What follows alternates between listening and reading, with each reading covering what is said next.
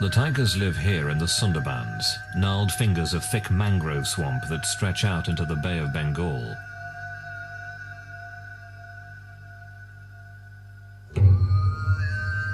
In this dense, tangled forest, every year, people are killed and eaten by tigers. These tiny islands at the mouth of the Ganges River are separated by twisting ribbons of water.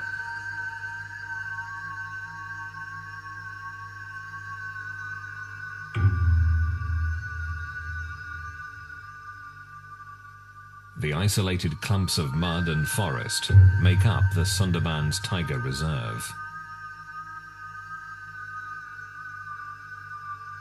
The thick trees hide one of the largest concentrations of wild tigers.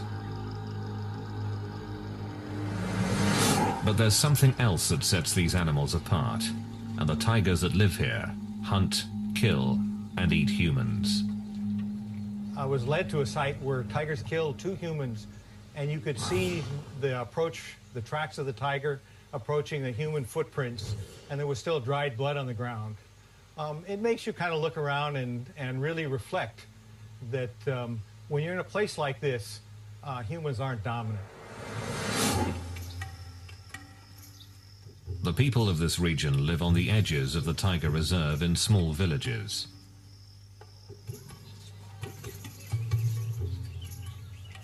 The menace that lurks in the forest surrounds them.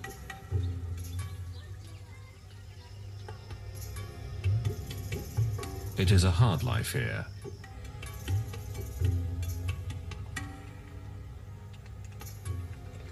Most make their living by fishing or collecting honey. The best fishing and the richest stores of honey are found deep in tiger territory. Normally, this area is closed to visitors, but authorities do give villagers permission to enter to make a living.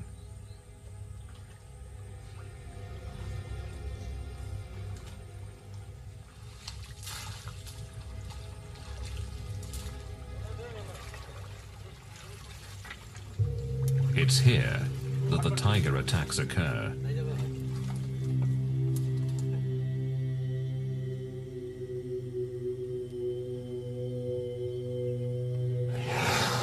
No one knows how many people have been killed by tigers.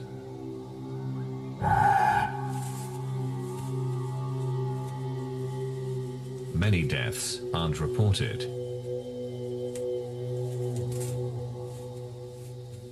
And the bodies of the dead are rarely ever found.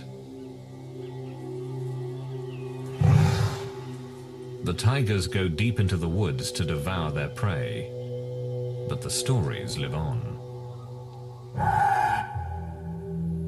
Jamuna Sardar. 4 years ago, her husband went fishing for crabs. It was the last time she saw him alive. Sunil Mondal tried to wrench his son from the mouth of a tiger. He failed, and now his son's wife, his son's family, his son's daughter are all left behind.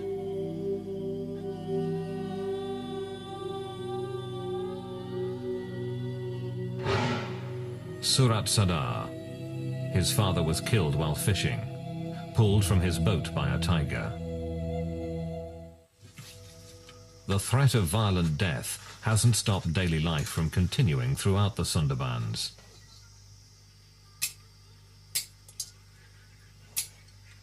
Every day, Kamala Mondal can be found at her small village store.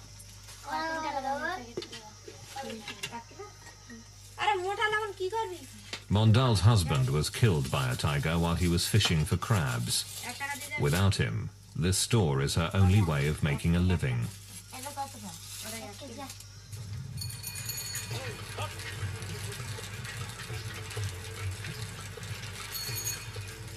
Sudeshna Day is a doctor who works in many of these villages.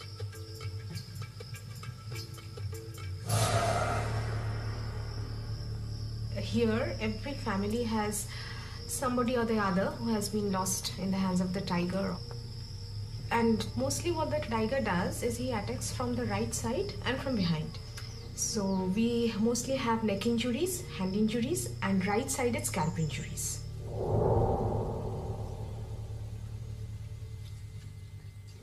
It is very rare to survive a tiger attack. Ashit Mondal is one of the few who have.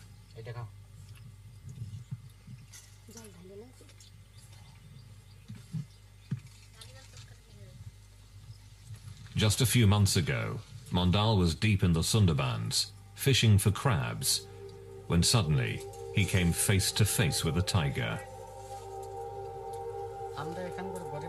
We're very poor here. We fish for our livelihood. One day, I was standing on the boat, pulling in a net. When a tiger came running from the jungle. He saw that I was on the boat and came charging towards me. He jumped into the water, then swiped at me with his paw. The force of it pulled me off the boat. The tiger pulled me down into the water and tried to bite the back of my neck. But it was hard for him to find the right grip. He clawed at the top of my head, scraping off the soft skin and tissue. I hit the tiger as hard as I could, and he ran off. In a few savage moments, Mondal's life would be changed forever.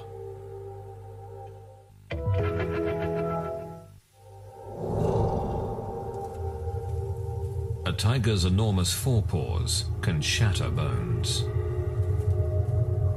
Its teeth can pierce a skull in a single bite. My ear was almost torn off. This was all cut, and the skin was just hanging from my face. It was ripped all the way up to here and over to my ear. My neck was bleeding badly too. The tiger also did a lot of damage to my arm and the back. This whole part of my head was gone. It's not healed yet. It's still an open wound. Mondal's survival makes his story unusual. But the fact that he was attacked in the first place makes him just another in the long line of victims. And I've often seen tigers in the wild, followed them on the road, and really haven't had a fear. But I'd have to say that if I met a tiger in the Sundarbans, I think I'd be worried. What has made the tigers of the Sundarbans so bold? What has turned them into man-eaters?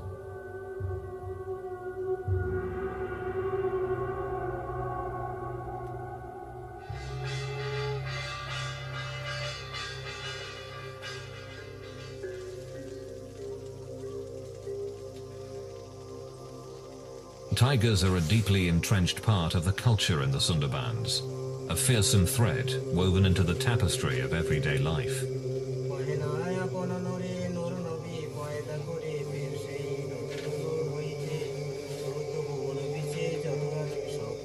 People who live here believe a constellation of supernatural forces guides and shapes their lives.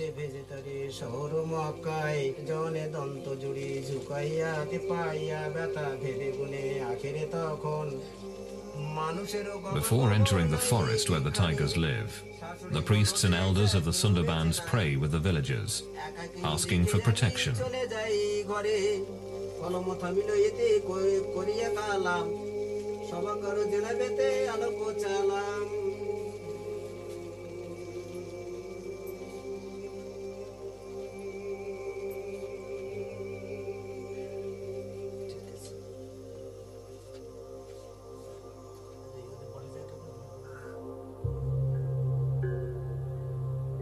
It is said, without the god's blessing, a tiger attack is virtually assured.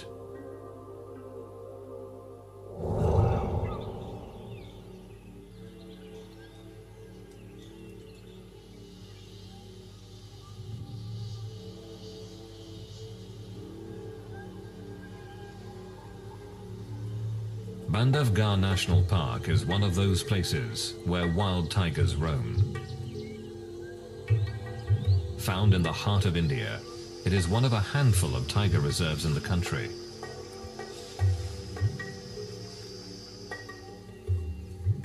It has a rich history. In Indian legend, this fort, which dominates the park, was a gift from the great Lord Rama himself.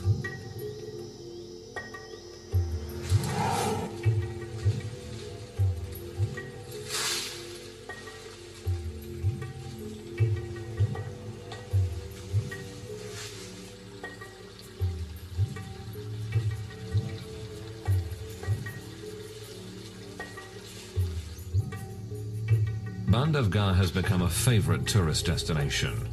It's one of the best places in the world to see tigers in the wild.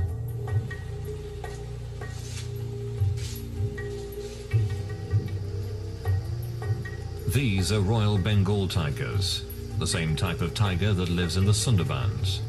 And like the Sundarbans, this is certainly not a zoo.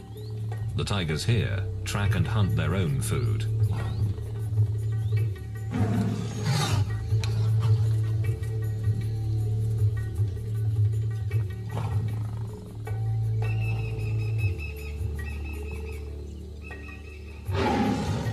But even with all the people nearby, there's no serious concern of tiger attack. Since the park was established in 1968, no one here has been killed by a tiger. During the same time in the Sundarbans, over 1,000 people have been hunted down.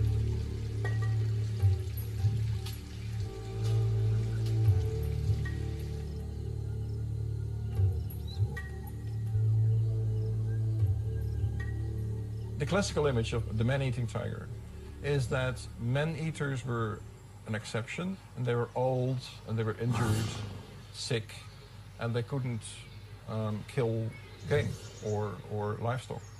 So they had to kill people. People are easier prey than our game and than our livestock very often. It seems to me there are two types of man-eaters. There are man-eaters that get injured and are desperate for prey. But deep in the Sundarbans, they're killing even when they're very healthy.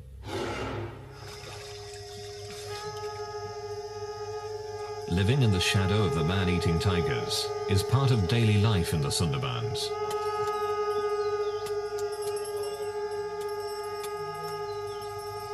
Each spring here, honey collectors prepare to take their chances to earn a living.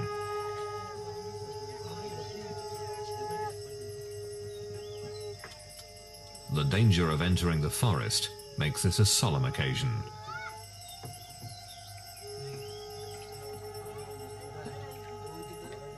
Their families and other villagers gather to offer sacrifices to ensure their safe return.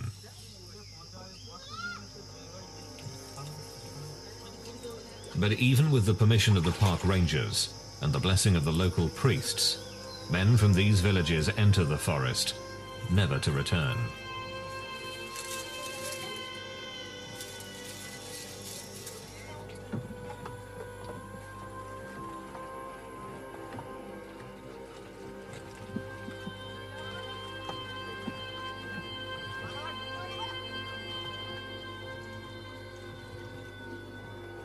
As they travel out into the forest, they put themselves at the mercy of one of the most ferocious hunters in the world.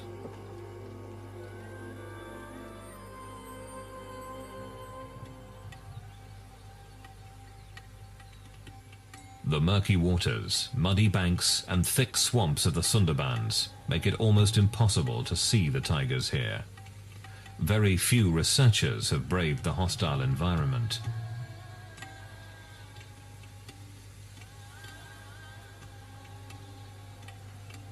Very little is really known about the Sundarbans tigers. The Sundarbans at first seemed to me a pretty exotic place. Nowhere else in the world do tigers live in a mangrove habitat.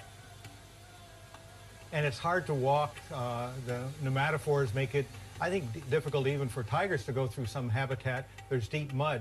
But there's one thing that tigers need. There's abundant prey, and that's why there are a lot of tigers there. A census is conducted in the Sundarbans to try to answer one of the most basic questions about the tigers of the region. How many are there? The census takers are forest guards who search the muddy banks of this area for tiger tracks.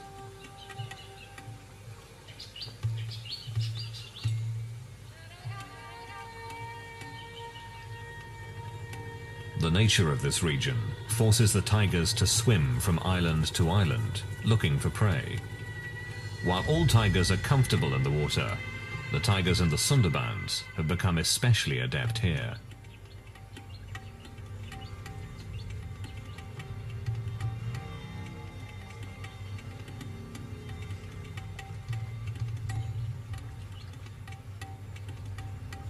This rare footage captures one of these tigers in the act.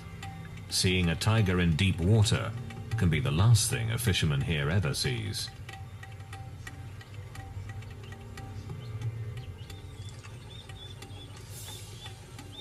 The tiger is tracked to where it left the river, but seconds after leaving the water, it has dissolved into the forest.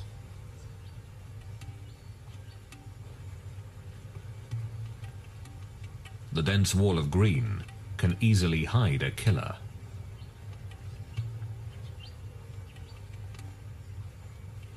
It is extremely dangerous to get off the boat. A census taker offers a small prayer for safety. Field Director Pradeep VS says they take other precautions as well.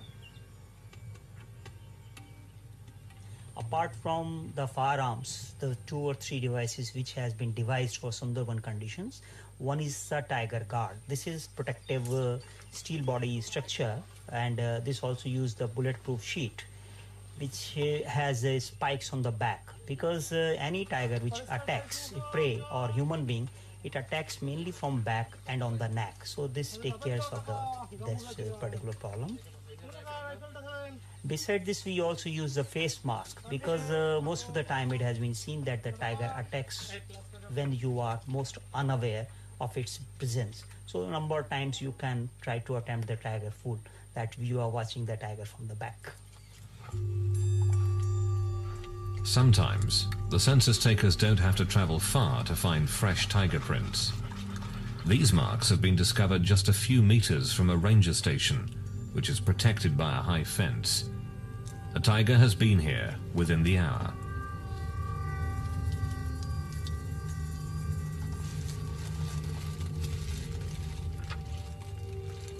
While some work quickly to gather the print, the others keep watch on the forest.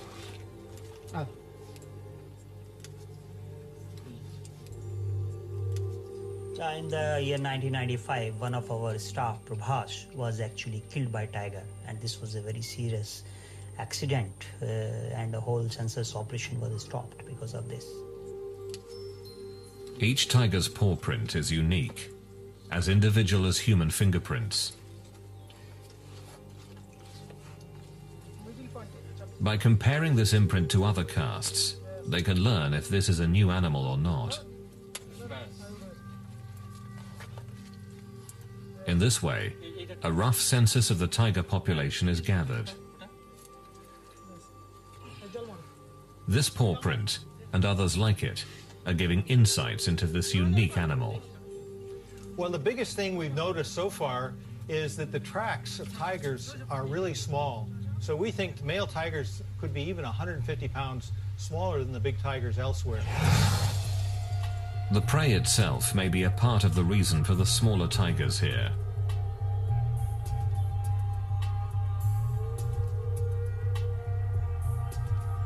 The largest animals tigers eat in the Sundarbans are about a quarter of the size of tiger prey available in the rest of India. But without more research, it's difficult to know if the difference in the size of prey has pushed these tigers to hunt down humans. The honey collectors are now deep within the forest, in tiger territory. With the blessing of the tiger god, the collectors search for beehives.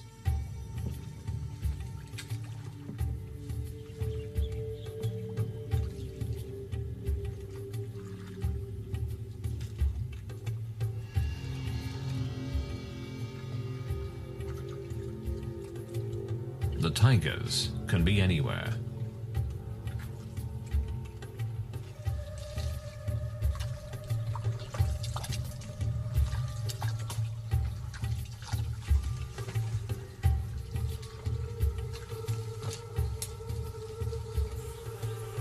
But the reward is worth the risk. This is what the honey collectors have searched for. Hives, dripping with bees and honey.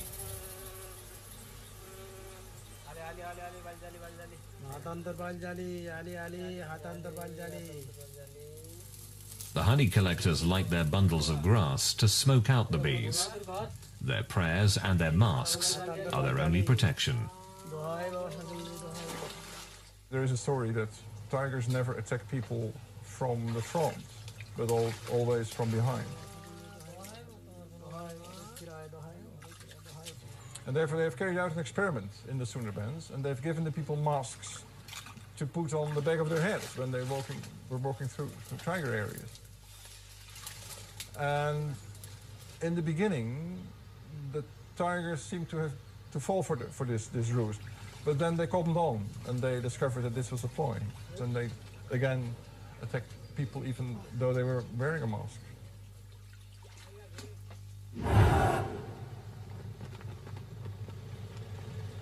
There is one part of the Sundarbans that has been closed off to people. It's known as the core zone. Around this is a ring of land where people with permits are allowed to fish or collect honey. But the core zone is strictly off limits to everyone but government personnel. Field Director Pradeep Vyas and his wardens patrol the area to keep people out.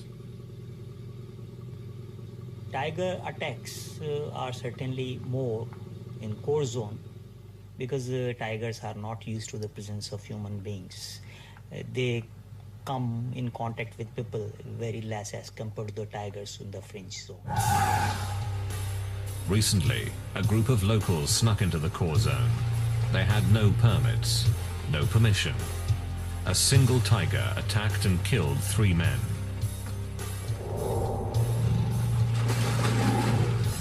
Vyas and the others were shocked by the attack. Normally a tiger will only kill one person, then devour their body. Vyas believes the attack shows how little we know about these ferocious animals. In my opinion, tiger understand human behavior very well, though we have yet to understand the behavior of tiger. With so little known about the tigers here, it's difficult to determine why the attacks occur.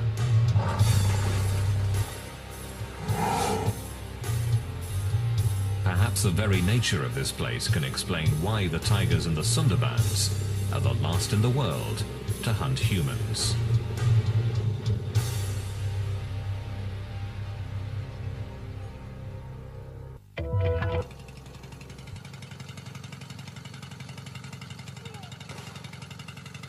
The Sundarbans is one of the most dangerous places in the world. Tigers regularly hunt and eat humans.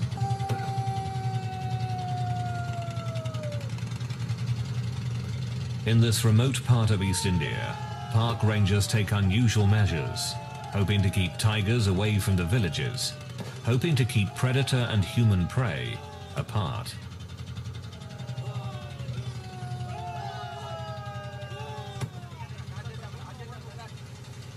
Whether this noisy attempt at animal control works is unknown.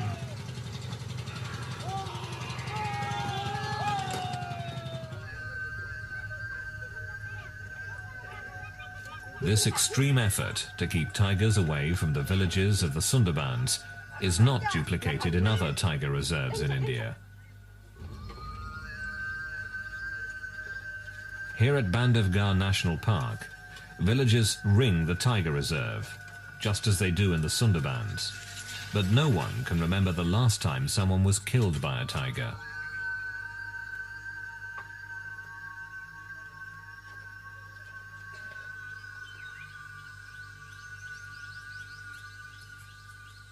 The tigers here don't always keep to the boundaries of the park.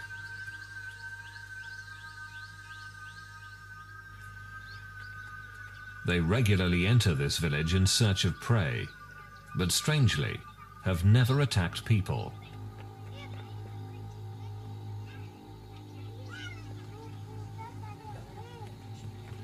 Raising cattle is the primary livelihood here, but the herders have no concern for their personal safety when it comes to tigers.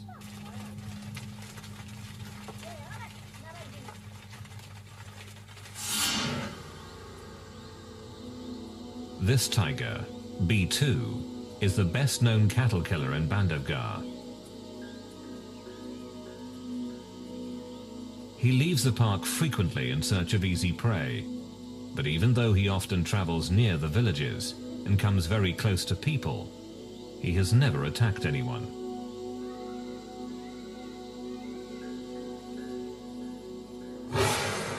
Every day, herders near Bandhavgarh take their cattle out to graze. They don't enter the park, but keep to the land just outside Bandhavgarh's boundaries. B2 and other tigers, of course, don't know where those boundaries are. When B2 sees cattle, what he sees is easy prey, no matter where it is. But when people are about, B2 is loath to attack. People make him wary. People keep him at bay.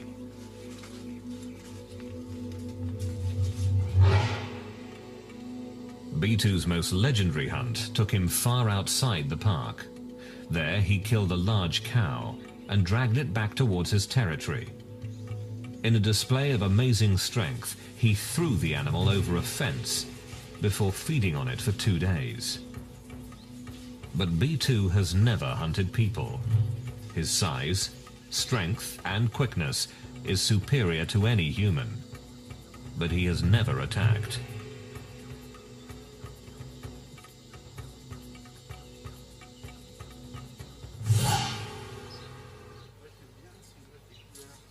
Claude Hadencourt went to India to see tigers firsthand.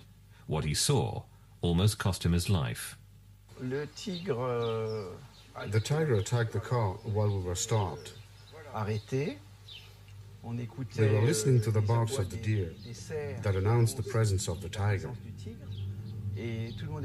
Everyone was listening carefully, and when we turned around, we saw the tiger on the road, about 200 meters from us. Effectivement, on l'a vu. Et on a pu même faire quelques clichés, quelques photos. He got closer, and we could take a few pictures. We could see the tiger was beaten up or in an accident because he had a big wound on his lip and was missing some teeth. He was walking normally, but when he saw all the cars, he started to run faster and faster. And finally, when we least expected it, he jumped in our car.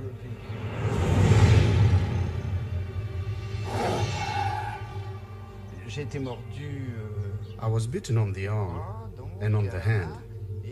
And why the hand? When the tiger leaped on me, I fell back. And I instinctively protected myself with my arm on my head. It was a terrifying attack, but a once-in-a-lifetime event. In the Sundarbans, though, the tigers hunt and kill humans regularly. We are in the jungle, fishing, and we are looking for firewood to cook with. In the forest, I saw a tiger lying down. Then it suddenly jumped on my brother. The tiger ran off with my brother in his mouth. I followed him with my axe. And as I ran, I thought, what will I say to my mother or my brother's wife if I go back home without him? I decided to kill the tiger and bring back my brother. I kept running and was able to hit the tiger with my axe. The tiger dropped my brother and ran away. I picked up my brother and tried to bandage his head. I screamed for help, but nobody came. I carried my brother toward the shore, and as I walked, he died.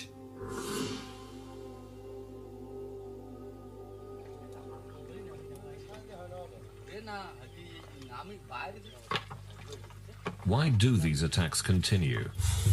It's difficult to know what separates the tigers of the Sundarbans from those everywhere else in the world. There are several theories, but little hard proof.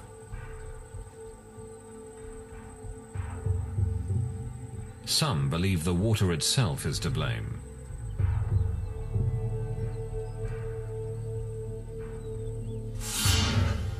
Because the Sundarbans rest on the Bay of Bengal, the salt content of the water is quite high.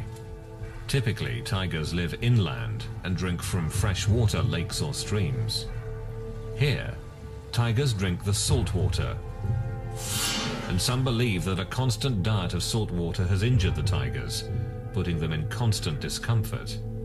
This pain, it's thought, has made them more aggressive.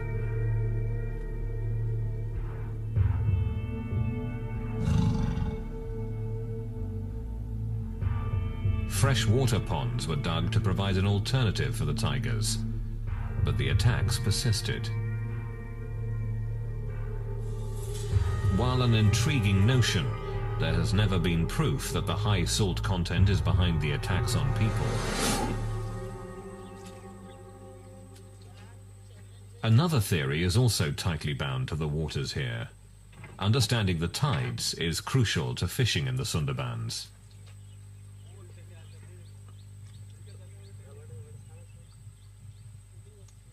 In several hours, these nets will be covered with water and perhaps fish. The regular movement of the tides shapes the behavior of the fishermen.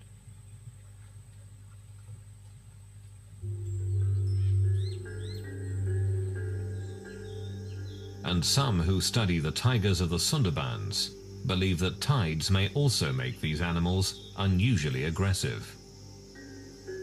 Another thing that's really difficult in the Sundarbans, and it's a problem for tigers, in that most of the area floods tidally twice a day, and then in the neap tides, the really high tides, almost all of the Sundarbans is flooded. And we really wonder where tigers den. They may have a problem finding a dry spot to den.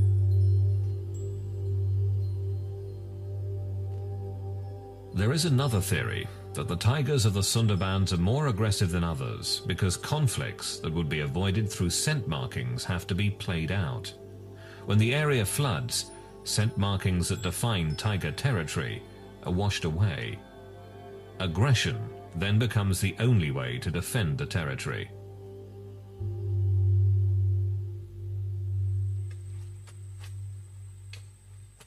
When the water recedes, the mud is left behind.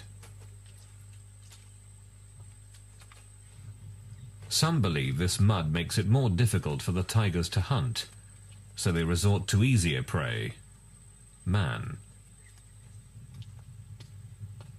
Another theory suggests that tigers don't knowingly hunt humans. Making a living in the Sundarbans is back-breaking work. Collecting firewood or rigging nets means constant stooping and bending. Some experts believe that in this vulnerable position, tigers can mistake a person for a small deer.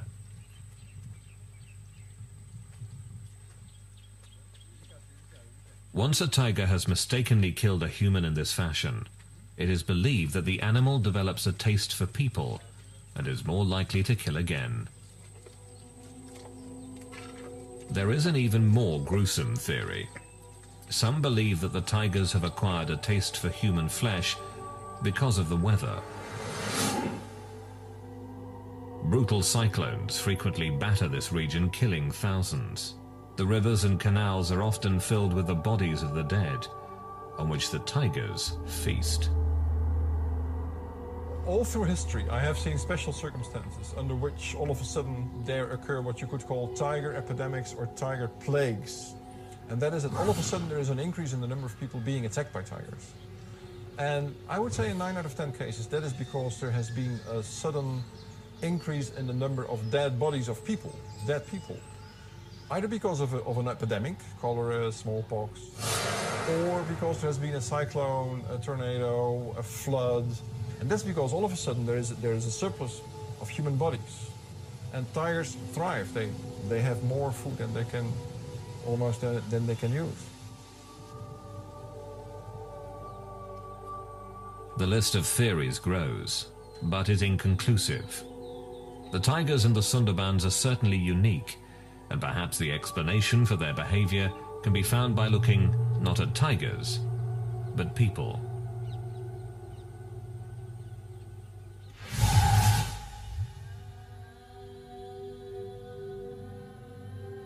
Through the late 1800s and early 1900s, tigers were hunted down ruthlessly throughout much of India.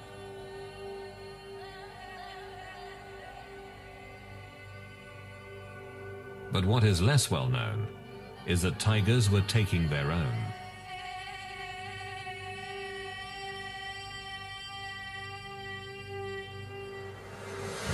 Nowadays, tiger attacks are rare. But if you go back even a century, or even less, 70 years, tiger attacks were quite normal. I've seen several records, both in India and Indonesia, of the tiger threat becoming so severe, so large, that people just abandoned their villages, that just went away. Tiger attacks so fierce that they emptied entire villages are hard to comprehend today. There are estimates that as many as 300,000 people were killed by tigers from 1800 to 1900.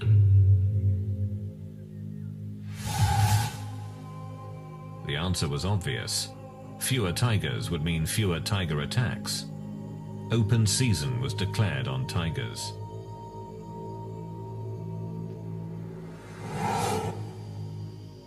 Closely studying this history challenges the belief that only sick or injured tigers have been man-eaters.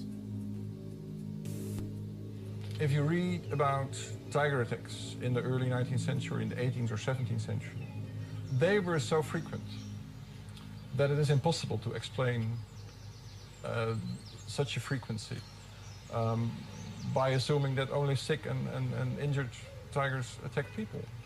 So I argue that before, let's say, 1850, if they had a chance, they would kill a person. Perfectly healthy tigers. Here in Bandhavgarh, healthy tigers don't hunt humans anymore. Boomgart believes that tigers can learn from history. Man-eating tigers in almost every part of India were hunted down and killed. The tigers that live in Bandhavgarh learned that fearing humans meant survival. But the massive tiger slaughter that occurred in this part of India did not happen in the Sundarbans. I think tigers across India have faced hunting pressures for a long time, and so they're much more wary of humans than the tigers in the Sundarbans. I don't think the tigers in the Sundarbans are afraid of people. The people don't seem to be carrying firearms, and the tigers know that. The remote and hostile nature of the Sundarbans protected tigers from hunting in the past, and it continues to protect them today. Even when they know that a tiger's a man-eater, if it lives in the middle of the Sundarbans, there's not much they can do about it. They can't really hunt it, and they don't. The dense maze of mangrove swamps allows these tigers to continue to hunt humans, as tigers all across India once did. From mother to cub, tigers here have passed on a taste for humans from generation to generation.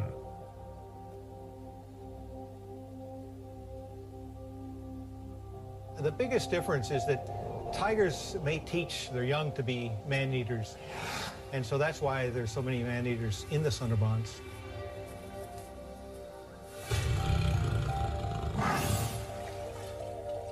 Not fearing humans, the tigers here keep hunting them, and the killing continues.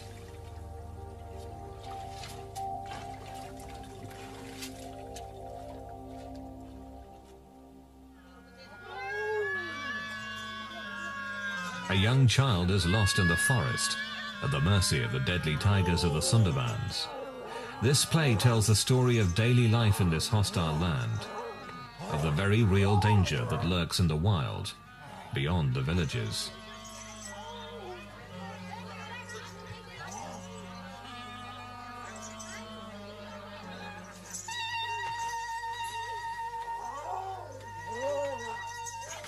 The people here believe that the tiger god, Daksin Ray, can kill if he is displeased. They believe he can read minds to gauge the amount of respect for him, that their survival depends on his happiness, or the intervention of another deity, Banbibi, the goddess of the forest.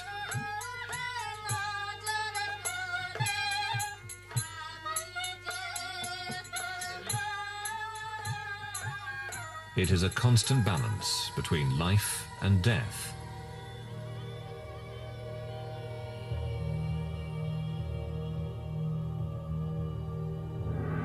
A balance the people here accept.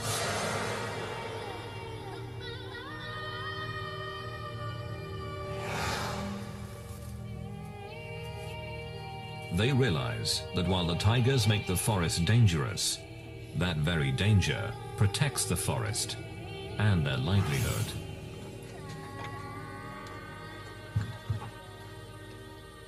Most of the people in this zone are poor, and for their survival they have to go for fishing and other things. But they also admit that tigers' presence in this forest is essential for their own survival, because of these tigers, these mangrove forests are surviving.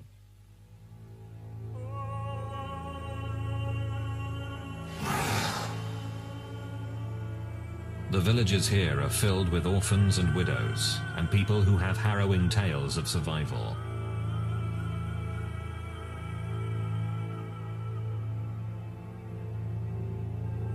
It is the reality of life in the Sundarbans.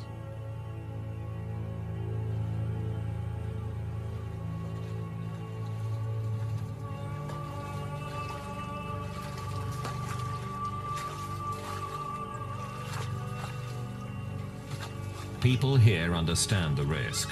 They understand that in the Sundarbans, humans are not the most dominant animal. That if a tiger decides to kill, it can and will.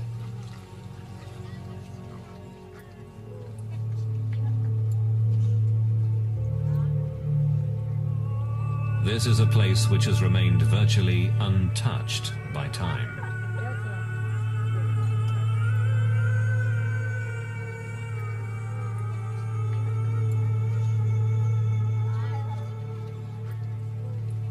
A place where tigers don't live in fear of people. Here, tigers still reign supreme.